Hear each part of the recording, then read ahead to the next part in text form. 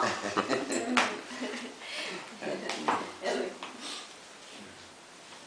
Vovó ama muito vocês, vovó, todos nós, minha filha. Todo mundo ama ela muito. Assim, todo mundo ama ela muito. É, todos nós. Você tá no meio de uma família que te ama de todo o coração, ama? Vou ver se tentar abrir o carro, né? Mas... Olha lá, meu filho. Eu queria Tô vendo só. filmar você também. Eu acho que não dá pra filmar aqui. Não dá não? Não. Eu tô vendo só. É. Muito bom, né, meu filho? A gente tá. Ela, parece que ela filmava de primeiro. É, filmava, mas agora tá. É. Eu não sei o que que é, não tá. Aí preparam, dar uma olhada, porque quando ela vir novamente, Vamos filmar ela. Filmar ela. Se você tá agachado, A vovó lá, ó. A vovó já chorou muito.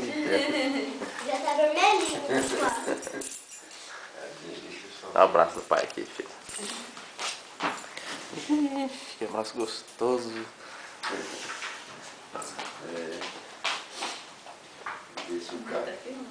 Tá não, ela não filma. Mas então, o que tá fazendo? Ela vai estar enquadrando só aqui, ó, só. acho que abriu, né? Não abriu. Agora eu abrindo ali, peraí. Parece que nevou de noite. Sabia que já nevou na minha cidade? Agora vai abrir. Você tava lá quando? Nossa, é ruim demais, né? Pai, Não é? sabia que nevou na minha cidade? Não foi ruim, foi legal. Eu fiz boneco de neve, atirei... E quando minha mãe queria me pegar pra mim arrumar a casa, eu atirava neve nela. Ai, as neves. Vai dar. Por que hoje não aconteceu isso?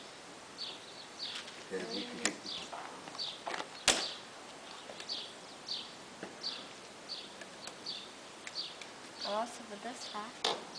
Tá pra abrindo o carro do vovô, né? Tentando. Ah, tá gelado. Tá frio, né, filho? Tá gelado. Porque ele vem pra cá ou pra lá? Hã?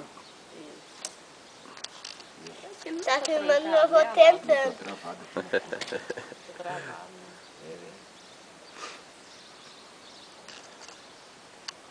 Filho, manda um beijo aqui pro papai.